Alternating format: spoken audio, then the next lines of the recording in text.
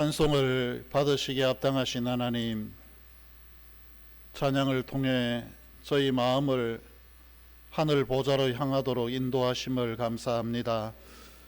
입술의 고백과 온 삶이 하나님을 높이는 향기로운 제사가 되게 하여 주시옵소서. 이제 이 시간에 저희에게 들려주시는 하나님의 말씀을 받으려 합니다. 읽는 말씀과 선포되는 말씀을 통하여 저희 영혼의 귀를 열어주시고 굳어있던 마음밭을 기경하여 하늘의 씨앗이 심겨지고 잘 자라는 토양이 되게 하시옵소서. 세상이 끊임없이 저희를 유혹하고 정체성을 흔들며 광야로 몰아넣을 때가 많지만 저희가 누구인지를 바르게 알고 예수님의 승리를 배워 저희도 능히 승리하게 하시옵소서. 성령께서 저희 마음의 빛을 비추시며 말씀을 따라 바른 길을 걷게 하시옵소서. 연약한 종입니다. 사람의 모습은 감추시고 인간의 지혜나 화려한 말이 아니라 오직 살아계신 하나님의 계시와 능력을 드러낼 수 있도록 성령의 두루마기 입혀 주시옵소서. 영원한 승리자 되신 예수님 이름으로 간절히 기도드리옵나이다. 아멘. 오늘 주신 말씀 마태복음 4장 1절에서 11절까지의 말씀입니다. 신약성경 4쪽 마태복음 4장 1절에서 11절까지의 말씀, 하나님의 말씀을 제가 봉독합니다. 그때 예수께서 성령에게 이끌려 마귀에게 시험을 받으러 광야로 가사 40일을 밤낮으로 금식하신 후에 줄이신지라. 시험하는 자가 예수께 나와서 이르되 내가 만일 하나님의 아들이거든 명하여 이 돌들로 떡덩이가 되게 하라. 예수께서 대답하여 이르시되 기록되었으되 사람이 떡으로만 살 것이 아니요 하나님의 입으로부터 나오는 모든 말씀으로 살 것이라 하였느니라 하시니, 이에 마귀가 예수를 거룩한 성으로 데려다가 성전 꼭대기에 세우고 이르되 내가 만일 하나님의 아들이거든 뛰어내리라. 기록되었으되 그가 너를 위하여 그의 사자들을 명하시리니 그들이 손으로 너를 받들어 발이 돌에 부딪히지 않게 하리로다 하였느니라. 예수께서 이르시되 또 기록되었으되 주 너의 하나님을 시험하지 말라 하였느니라 하시니, 마귀가 또 그를 데리고 지극히 높은 산으로 가서 천하 만국과 그 영광을 보여 이르되 만일 내게 엎드려 경배하면 이 모든 것을 내게 주리라. 이에 예수께서 말씀하시되 사탄아 물러가라. 기록되었으되 주 너의 하나님께 경배하고 다만 그를 섬기라 하였느니라. 이에 마귀는 예수를 떠나고 천사들이 나와서 수종드니라. 아멘. 인사하겠습니다. 주님 앞에 설 때까지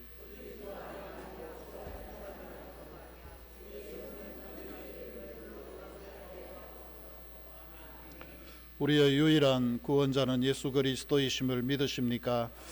오늘 우리가 죽어도 하나님의 나라에 가게 될 것을 확신하십니까? 믿음의 고백대로 우리 안에 이루어지기를 축복합니다. 세상이 참 혼란스럽습니다. 전쟁이 여기서 저기서 터지고 굉장히 좀 불안한 국제 정세를 가지고 있죠.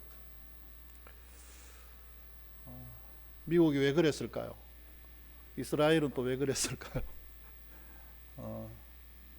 이란도 그렇고 지금 파키스탄과 아프가니스탄도 한방 붙었고 태국과 캄보디아도 지금 계속 불편한 관계 속에 있습니다.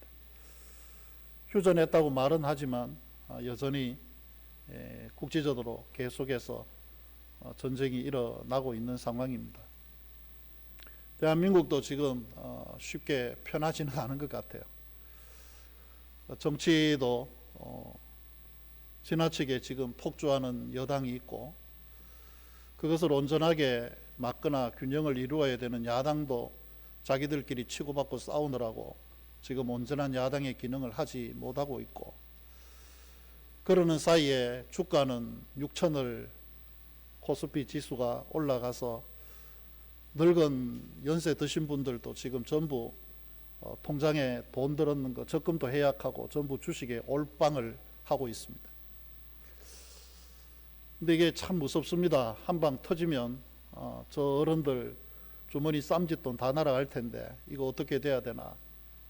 계속해서 주가가 오를 거다라고 하는 막연한 풍선 같은 기대감만 사람들에게 심어주고 있는데, 여러분 조심하십시오. 이미 먹을 사람은 다 먹었습니다. 잘못하면 여러분이 타고 만약에 갈 투자해서 내가 마지막에 노년에 생활비라도 좀 벌어야지, 그러다가 있는 생활비도 다 뺏기는 수가 생깁니다. 이미 오를 대로 거의 오르지 않았을까 모르겠습니다. 제가 생각하는 면에서는 그렇습니다. 얼마 전에 제 아내조차도 한 300만 원 빌려줄 테니까 당신도 주식 한번 해볼라나. 이게 제가 아마 자신이 있었으면 줘봐라, 내가 내년에 3억으로 불려줄게, 이럴 수 있었을 텐데 달라 소리 끝내 못했습니다. 자신이 없습니다. 이 상황이 정상적이지 않다는 것은 삼척 동자가 봐도 정확하게 알 수 있는 내용들이죠. 이런 사회 속에 우리가 살아가면서 그리스도인으로 살아내야 된다라고 하는 거 여러분 절대로 쉽지 않습니다. 북한은 북한대로, 남한이 이제는 한국은 완전히 우리의 영원한 적이다라고 돌려 세웠습니다. 이제 다음 우리 정부가 뭐라고 여기에 대해서 응답을 할지. 13살짜리가 소총을 쏘고 거기에다가 자기 아버지의 대를 이을 준비를 하고 있는 그 나라와 지금 우리는 국경을 지금 어떻게 보면 맞대고 있는 상황이죠.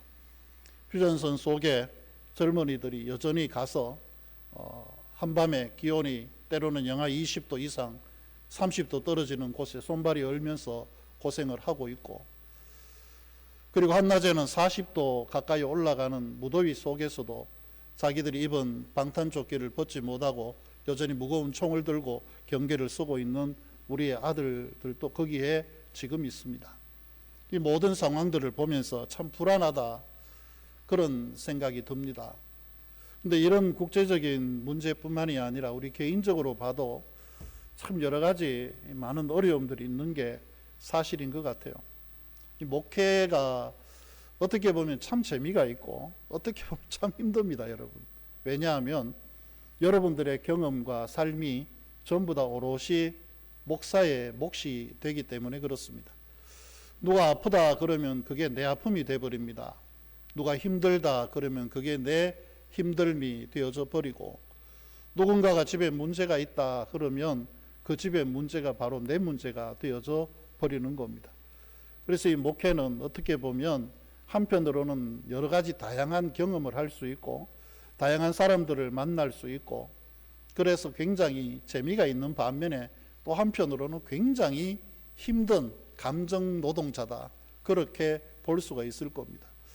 많은 분들이 목사님이 왜 월요일 쉬느냐라고 그렇게 묻습니다. 우리 교회는 당연히 목사님이 월요일을 쉬어야 된다라고 이야기하지만, 어떤 교회는 목사님 월요일 쉰다고 왜 월요일 쉽니까? 출근하세요 라고 이야기를 했습니다. 왜 출근해야 되냐 그러니까 자기들도 주일날 다 교회 왔다가 월요일날 출근하는데 목사님은 뭐라고 또 집에 들어가셔서 나오지도 않고 월요일날 쉰다고 휴대폰도 끄느냐, 이렇게 이야기를 한답니다. 그 소리를 들으면서 그분들이 한 주일만 강대상에 세워서 10분짜리 설교만 한번 해보라고 그래라. 한 주일만 제대로 한 구역 정도 살펴보면서 그 사람들의 감정 속에 자기를 한번 밀어 넣어보고, 그리고 그들의 아픔이 내 아픔이라는 사실을, 그들의 힘듦이 내 힘듦이라는 사실을 느껴본 이후에 월요일날 그래도 출근하시오라고 이야기를 할 수 있으면 하라, 그렇게 그 목사님에게 조언을 한번 해봤습니다. 과연 우리 시대가 어느 정도로 이렇게 힘들게 흘러가는지, 성도들의 마음에도 이제 점점 더 조금 메말라간다, 광야와 같은 그런 삶의 형편이 아닌가, 그런 생각이 들 때가 많습니다. 우리가 오늘 이렇게 예배 시간에 경건하고 거룩하게 아주 기쁜 낯으로 와서 예배하고 내가 손으로 짓지 아니한 밥을 오늘 낮에 여러분들이 드시게 될 겁니다. 얼마나 좋습니까? 어제부터 와가지고 벌써 재료를 준비를 하고 그 전날 저녁에 준비한 재료 어제 오전에 와서 계속해서 준비를 해서 오늘 여러분들이 그 밥을 드시게 될 겁니다. 내 손으로 짓지 아니한 밥이 제일 맛있다면서 여자분들이 그렇게 이야기를 하더라고요. 전에는 아내가 그러지 않았는데 요새는 하루에 한 끼는 좀 나가서 해결하자라고 이야기를 합니다. 제가 삼식새끼거든요. 거의 밖에 나가지 않으면 거의 하루 종일 아침, 점심, 저녁 정해진 시간에 먹습니다. 7시 50분에 아침 식사를 해야 되고 12시 반에 점심 식사를 하고 5시 반에서 6시 사이에 칼같이 먹어야 됩니다.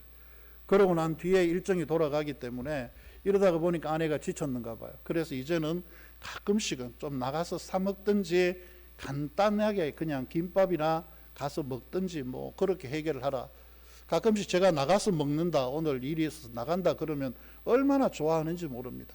3살짜리 아이가 사탕을 큰 한 봉다리 받은 것처럼 즐거워하는 모습을 볼 수가 있거든요. 삶의 모습들이 힘든 거예요. 누구나 다 힘든데 주일날 이렇게 와서 예배를 드리고 이렇지만 여러분 여전히 또 내일 되면은 삶의 자리로 가야 되죠. 여러분 힘든 거 제가 압니다. 저도 어떤 때는 주일을 지내고 월요일에 다시 일해야 될 때는 아주 아침에 나가면서 월요병이 걸리는 것 같아요. 전에는 월요락이었는데 이제는 월요병이 될 때가 한 번씩 있습니다. 그럼 힘들거든요. 여러분들의 상황이 그렇지 않을까요? 더군다나 삶의 자리 속에서 만나는 여러 가지 문제들이 또 있지 않습니까? 주일날은 천사들 같았는데 월요일날 세상으로 나가면서는 문제들만 생각하면 갑자기 월요일날 새벽 5시부터 갑자기 인상이 찌그러지기 시작을 합니다. 그러면서 오늘 하루는 또 어떻게 살아야 되나? 분명히 어제는 주님 한 분으로 만족합니다. 찬양하고 마음이 즐거웠는데 하룻밤새 내가 이렇게 변할 수 있다. 막상 월요일이 되면 우리 마음들이 무너져 내리는 경험들 여러분 종종 하지 않습니까? 어떻게 하면은 이 마이너스 통장도 좀 일해가지고 메꾸기도 해야 되고 내가 지금 여러 가지 처리해야 되는 일들이 산더미처럼 있는데 주일이 되면 뭐 잠시 잊어버릴 수 있지만 월요일 되면 그게 현실이 되니까 이게 너무 힘들 수 있는 겁니다. 그리스도인들의 싸움이라고 이야기를 하면 우린 흔히 거룩하고 좀 차원이 높은 영적인 전쟁을 여러분 생각하기 쉽습니다. 뭐 하다못해 그게 아니라도 국제적인 이 전쟁이나 여러 가지 이 상황들 이런 문제들로 그리스도인들이 고민하겠다 뭐 이런 생각을 많이 하지만 실제로 우리가 살아가는 대부분의 그 문제들 여러 가지 우리가 당하는 시험들은 알고 보면 좀 죄송합니다. 표현이 좀 거칠 수 있는데 세속적이기도 하고 치사하기도 한 문제들이에요. 우리가 생각하는 문제들이 시험 당하는 것들이 치사한 문제들이 있는 겁니다. 예수님이 오늘 시험을 당하셨어요. 어떤 시험을 당하셨습니까? 40일을 금식하신 이후에 사탄이 예수님께 찾아와서 던진 첫 마디가 고상한 질문이 아니었어요. 예수님께 와서 배고프지? 야, 이 봐라, 이거 떡처럼 생긴 이 돌 있잖아. 이거 네가 한마디만 하면은 돌이 떡이 될 텐데 이 만들어 먹으면 되잖아. 너 배고프니까 당장 지금 이 문제부터 좀 해결을 하자라고 하는 아주 현실적인 생존의 문제를 예수님께 이야기를 합니다. 근데 우리 예수님이 받으신 이런 시험들 굉장히 어떻게 보면 참 유치하다 싶을 만큼 현실적인 이 시험들 이것들을 통해서 우리가 세상을 이길 수 있는 이 각박하고 두려운 세상을 이길 수 있는 힘을 어디서 끌어와야 되는지 함께 오늘 잠시 생각을 해 보겠습니다. 사탄이 예수님을 시험하는 내내 반복적으로 제시하는 전제 조건이 있습니다. 이게 가장 중요한 시험의 밑바탕이에요. 그게 뭐냐 그러면 네가 하나님의 아들이거든이라는 말입니다. 이게 무슨 말입니까? 하나님의 정체성에 대해서 묻고 있는 거고 동시에 우리 자신들이 누구냐 하는 이 문제를 지금 묻고 있는 거거든요. 첫 번째 시험이 하나님의 아들이 왜 굶고 있느냐? 네 능력을 써서 하나님의 아들로서의 능력을 써서 이 돌을 떡으로 만들어 먹으면 될 것 아니냐? 이것의 시험의 궁극적인 목적이 있습니다. 사탄이 이렇게 이야기를 하는 것은 하나님의 공급하심을 신뢰하지 말고 네 문제는 네가 알아서 해결을 해라. 이 이야기를 지금 하고 있는 거거든요. 우리가 이런 유혹들 받을 때 굉장히 많잖아요.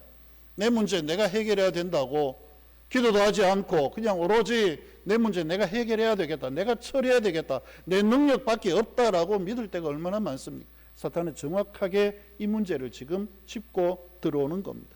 네가 그리스도인인데 왜 굶고 있느냐? 이 문제를 묻고 있는 거예요. 그리고 두 번째 시험이 하나님의 아들이면 이 높은 데서 한번 뛰어내려 가지고 네가 하나님의 아들이라는 걸 한번 증명을 해봐라. 증명을 하라는 겁니다. 이게 우리가 생각하는 하나님을 불신하는 유혹이에요. 하나님 정말 계세요? 제가 정말 하나님의 아들이에요? 하나님의 딸이에요? 이걸 물어버리면 이건 방법이 없어요, 여러분. 여러분 어떻습니까? 하나님이 여러분의 아버지이신 것을 믿으십니까? 아니, 못 믿는 분은 아멘 못 하잖아요. 여전히 그렇다니까요. 하나님이 우리 아버지라고 고백을 할 수 있지만 뭔가 내 눈으로 보여야 돼요. 그걸로 증명이 돼야 된다라고 생각을 하는 사람들이 오늘날 교회 안에 얼마나 많은지 모릅니다.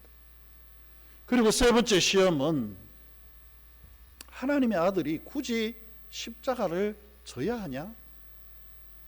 이 십자가 외에 적당히 한번 나한테 절만 하면 십자가 아닌 다른 방법으로 얼마든지 구원의 길을 이룰 수 있다. 사람들이 원하는 게 뭐냐? 돈 아니냐? 천하 만국의 이 영광 다 내 거 아니냐? 나한테 절 한 번만 내봐. 그러면 내가 나한테 이거 다 줄 테니까 그걸 가지고 사람들을 갖다가 유혹을 하고 땡기면 얼마든지 너한테로 다 몰려들 거야 라고 이야기를 하는 겁니다. 하나님의 방법을 버리고 세상이라고 하는 세상의 타협과 적당한 굴복이라는 방법으로 성공이라는 것을 쉽게 거머쥐라는 겁니다. 이 성공을 가장 쉽게 거머쥐도록 유혹하는 게 뭘까요, 여러분? 첫 번째는 도박입니다. 두 번째는 복권입니다. 세 번째는 주식입니다. 이 세 가지 사실 알고 보면 사람들의 마음을 부범하게 만들거든요. 도박에서 돈 딴 사람 한 번도 못 봤어요. 우리 주변에 복권해가지고 당첨돼서 성공한 사람 하나도 못 봤어요.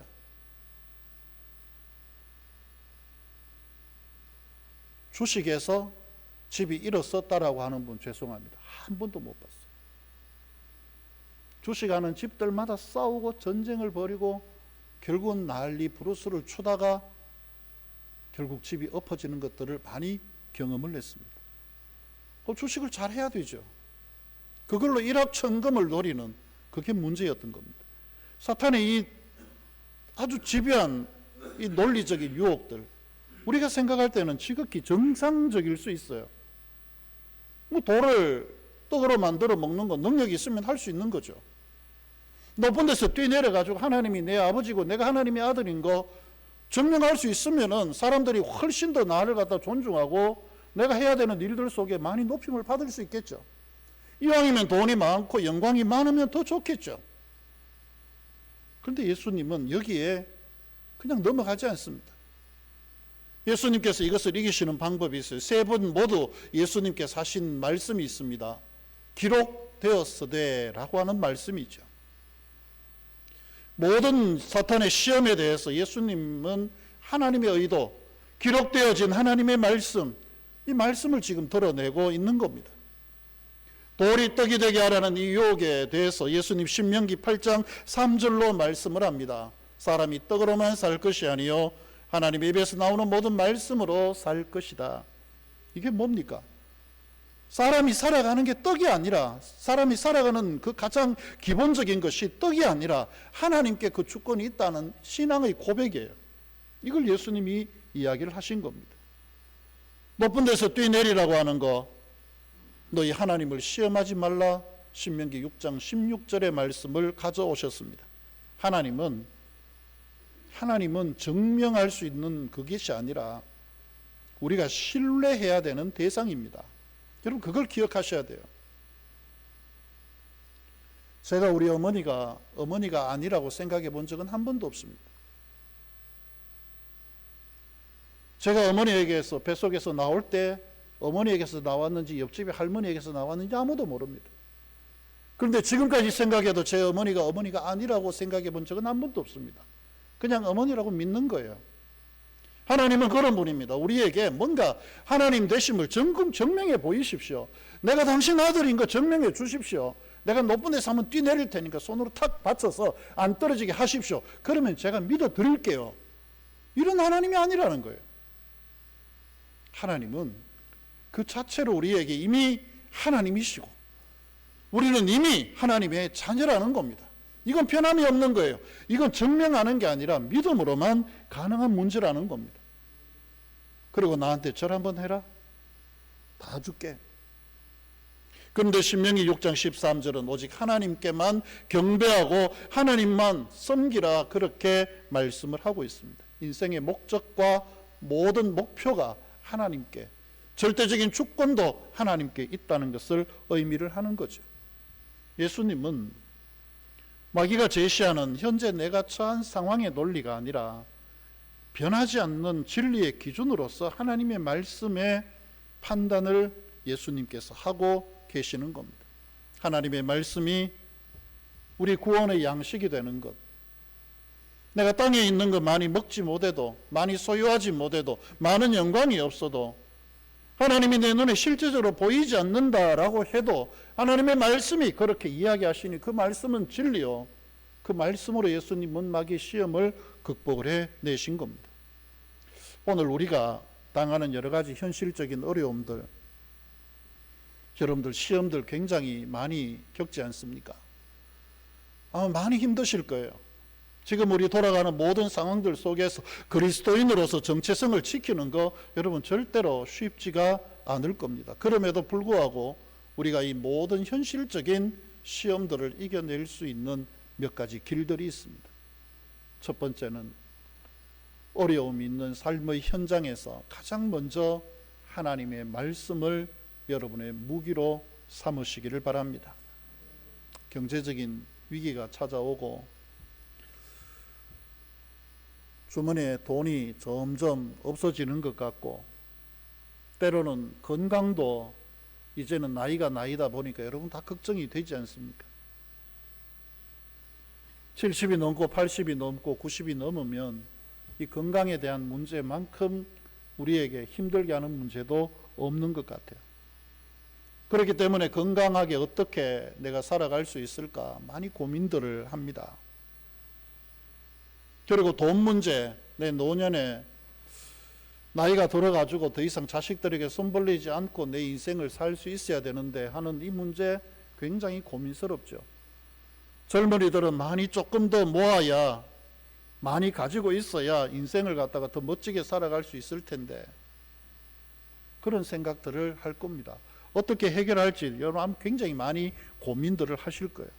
그런데 그리스도인들은 어떻게 해결할까가 아니라 지금 이 모든 문제의 기준이 뭔가를 명확하게 새겨야 하는 겁니다. 우리 삶에 문제가 다가왔을 때 하나님의 말씀은 이것을 뭐라고 이야기를 하고 있는가? 내가 지금 현재 처하고 있는 이 모든 상황에 대해서 하나님은 이 문제를 어떻게 내게 말씀으로 해석해 주시고 있는가? 그래서 우리에게 평상시에 성경을 읽고 묵상하는 일이 그래서 중요한 겁니다. 평상시에 말씀을 읽고 묵상하라 그러니까 여러분들이 뭐 더 경건하게 살고 더 거룩하게 살고 물론 그런 의미도 들어있지만 위기의 순간에 이 말씀이 여러분들에게는 강력한 공격의 무기가 되기 때문에 그렇습니다. 집에서 여러분 말씀이 성경이 어느 자리에 있습니까? 여러분들에게 성경을 읽을 수 있는, 잘 읽고 하나님의 말씀을 존중할 수 있는, 어떻게 보면 그거 우상숭배 아닌가라고 생각할 수 있지만 여러분 이렇게 한번 해보십시오. 가장 높은 곳에다가 여러분 성경을 얹어 놓으십시오. 그리고 성경을 읽을 때에는 경건한 마음으로 꺼내십시오. 그리고 난 뒤에 성경을 읽을 때 그냥 눈으로 읽지 말고 여러분의 입으로 읽으십시오. 그리고 특별히 성경을 읽을 수 있는 공간을, 시간을 확보하십시오. 되고 마고 텔레비 틀어놓고 성경을 읽고 그러다가 또 성경 읽다가 밖에 또 누가 오면 나가서 또 한참 떠들다가 와서 어디 했더라 그러면서 이러지 마시라는 이야기입니다. 하나님의 말씀을 그렇게 기록되어진 말씀이라고 가볍게 생각하지 마세요. 말씀을 경건하게 받으셔야 됩니다.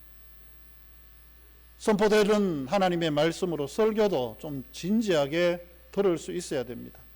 목사는 목사대로, 내 삶은 삶대로 결코 하나님의 말씀이 여러분에게 적용되어지지 않을 겁니다. 하나님의 말씀, 기록된 말씀 묵상하시고 읽고 쓰는 일에 전력하십시오. 그것도 경건하게 준비된 자리에서, 준비된 공간에서, 준비된 시간 속에 해야 됩니다. 그리고 할 수만 있다면 암송도 하려고 노력하십시오. 치매 예방한다고 밤마다 모여가지고 고스톱 칠 생각하지 말고 그 시간에 성경 한 구절 읽고 묵상하기를 힘쓰십시오. 외우려고 노력하십시오. 그 자리에 치매가 예방되어지는 하나님의 은혜가 있을 겁니다. 아멘 하셨으니 믿음대로 될지어다. 두 번째는 하나님이 누구고 내가 누구인지 자꾸 증명하려고 하나님을 시험하는 일을 여러분 멈추셔야 됩니다. 우리가 흔히 하는 실수가 그런 실수들이 있어요.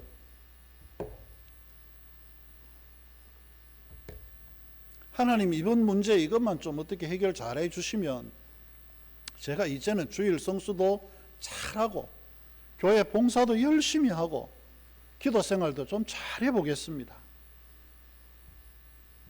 이런 적 있으시죠?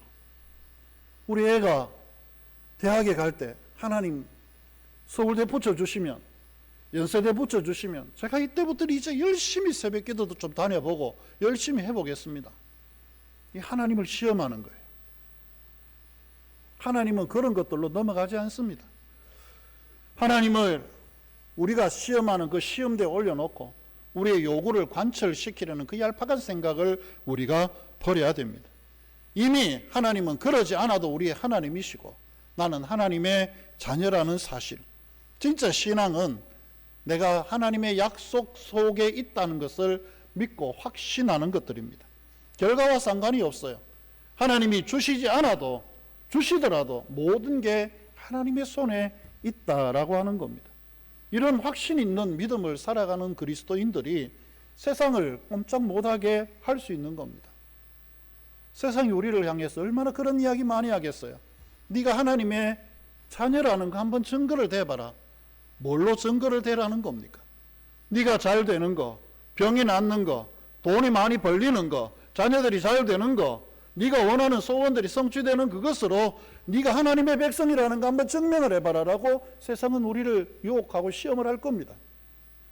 그 시험에 넘어갈 일이 없습니다. 이미 우리는 하나님의 자녀들이요, 하나님은 영원히 우리의 아버지십니다. 지금 우리가 죽어도 하나님의 나라에 가게 되는 것은 이 믿음으로 가는 거지, 내가 하나님을 시험하고 증명한다고 해서 그것으로 가는 게 결코 아니라는 사실이죠. 진짜 신앙은 내가 하나님의 약속 위에 있다는 것을 신뢰하는 겁니다. 결과와 상관없이 하나님은 여전히 선하시다라고 하는 믿음의 확신, 이것이 세상의 모든 조롱을 멈추게 할 수 있는 능력이 되어질 것입니다. 그리고 마지막 세 번째는 지름길의 유혹이 분명히 올 겁니다. 그 유혹 앞에서 하나님의 통치를 여러분 먼저 구하셔야 합니다. 세상은 수단과 방법을 가리지 말고 성공하라라고 이야기를 합니다. 그리스도인들은 성공을 해야 됩니다. 명예도 얻어야죠. 권세도 이왕이면 얻을 수 있으면 얻어야 됩니다. 그런데 이걸 어떻게 이루느냐, 이 문제보다 더 중요한 문제를 가슴에 새기셔야 돼요. 성공을 얻고 부를 얻고 권세와 명예를 얻는 이 모든 것 어떻게 이루어가느냐, 이보다 더 중요한 것은 이걸 누구를 통해서 얻는가 하는 겁니다. 세상이 주는 방식으로 얻을 거냐? 세상이 주는 방식은 빠르게 더 많이 타협하는 겁니다. 적당히 타협을 하는 거예요. 근데 하나님의 방식은 다르거든요. 한국 교회의 치명적인 오점이 신사참배였습니다. 차라리 그때 교회의 문을 닫았더라면 어떻게 했을까? 제가 교회사를 참 좋아합니다. 그래서 교회사를 더 공부를 하고 싶어서 대학과 신학대학원에서 모든 교회사와 관련된 거, 아시아 교회사, 미국 교회사, 한국 교회사, 세계 교회사, 교회사가 열리는 모든 강좌들은 다 들었습니다.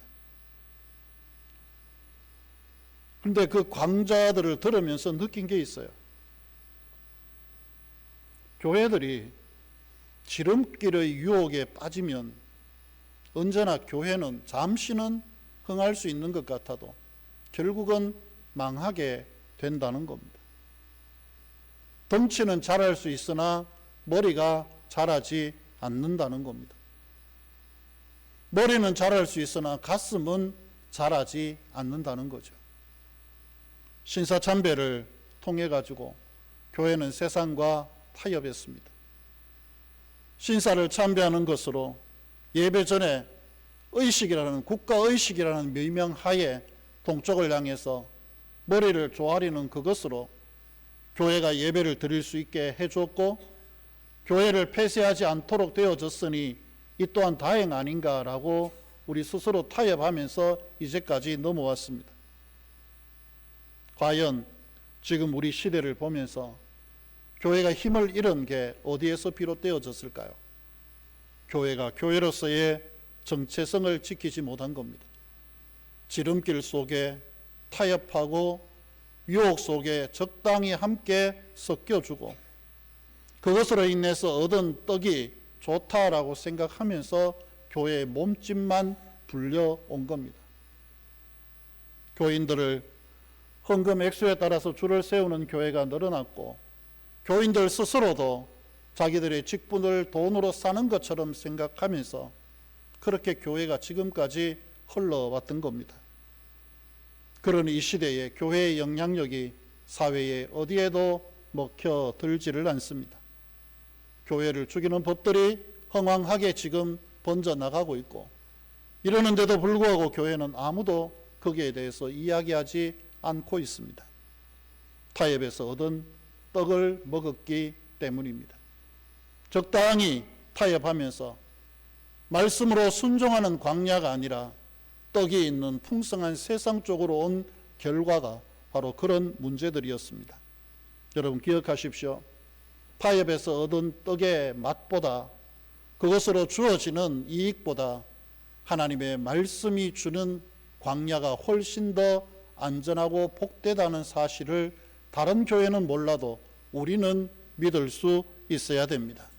왜냐하면 그 광야가 하나님이 계시고, 그 광야 같은 세상에서 내가 믿음을 지켜 살아갈 때 그곳이 바로 하나님의 통치가 미치는 하나님의 나라가 되기 때문입니다. 시험은 피할 수 있는 게 절대로 아닙니다. 시험은 피할 수 있는 게 아니라 맞닥뜨려야 하고, 그 맞닥뜨리는 시험 속에 우리는 반드시 이겨야 됩니다. 예수님은 광야의 굶주림 속에서도 말씀의 권위로 마귀의 모든 유혹을 물리치셨습니다. 그 모든 비결이 오늘 여러분의 눈앞에 있는 성경 속에 다 들어있습니다. 내 감정은 수시로 변하고 현실의 상황이 늘 우리를 압박하지만, 그럼에도 하나님의 말씀은, 진리의 말씀은 영원히 여러분 가운데 있는 것입니다. 기록되었으되, 기록되었다는 것은 과거에 기록되어졌으나 현실에 여전히 유효하다는 원어적인 의미를 그 속에 담고 있습니다. 여전히 유효한 하나님의 말씀, 이 말씀이 여러분 앞에 있을 때에 우리는 비로소 현실을 압도하는 승리의 능력을 거기에서 얻게 되어질 것입니다. 이번 한 주 동안 마귀의 속삭임이 아마 여러분들 귀에 많이 들릴 겁니다. 적당히 타협하자. 적당히 먹는 것에 좀 집중하자. 적당히 하나님을 시험을 해서 내가 얻을 바를 얻어내자. 너 그렇게 하면 되잖아. 그게 쉬운 길이잖아. 그렇게 많이 유혹을 할 겁니다. 이런 유혹 앞에 우리가 마주 부딪힐 때 내 생각이 아니라 하나님의 말씀을 통해 넉넉히 이겨내십시오. 이런 것이 바로 그리스도인들의 삶의 모습들입니다. 이 한 주간 넉넉히 승리하는 온 성도의 삶이기를 축복합니다. 기도하겠습니다. 거룩하신 하나님, 세상이 어지럽고 저희의 개인의 삶은 여전히 어려우나 이 어려움 속에 찾아오는 여러 가지 시험 또한 만만치 않사오니 오직 하나님의 말씀의 능력을 힘입고 시험을 이겨내게 하시고 먼저 이 모든 것을 극복하시고 마귀를 물리치신 예수님의 그 능력이 저희 안에도 임할 수 있도록 역사하여 주시옵소서. 그리하여 온 성도들의 삶의 자리가 시험에서 이기는 승리의 노랫소리로 가득 차는 이 한 주간이 되게 하시옵소서. 예수님 이름으로 간절히 기도드리옵나이다. 아멘. 342장 찬송합니다.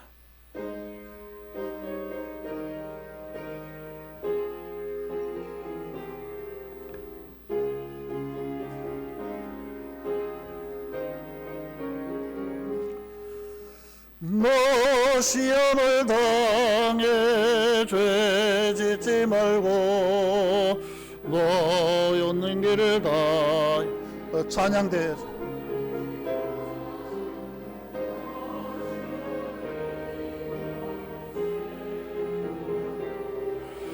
주 예수를 믿어 널 승리하라. 우리 구주의 힘과 그의 위로를 빌라. 주님 내 편에 서서 항상 도우시리. 내 친구를 삼가 잘 선택하고 선행을 삼가 늘 조심하라. 너 열심을 다해 늘 충성하고 온 정성을 다해 주 봉사하라. 우리 구주의 힘과 그의 위로를 빌라. 주님 내 편에 서서 항상 도우시리. 소리기는 자는 상 받으리니 너 낙심치 말고 늘 전진하라. 내 구세주 예수 힘주시리니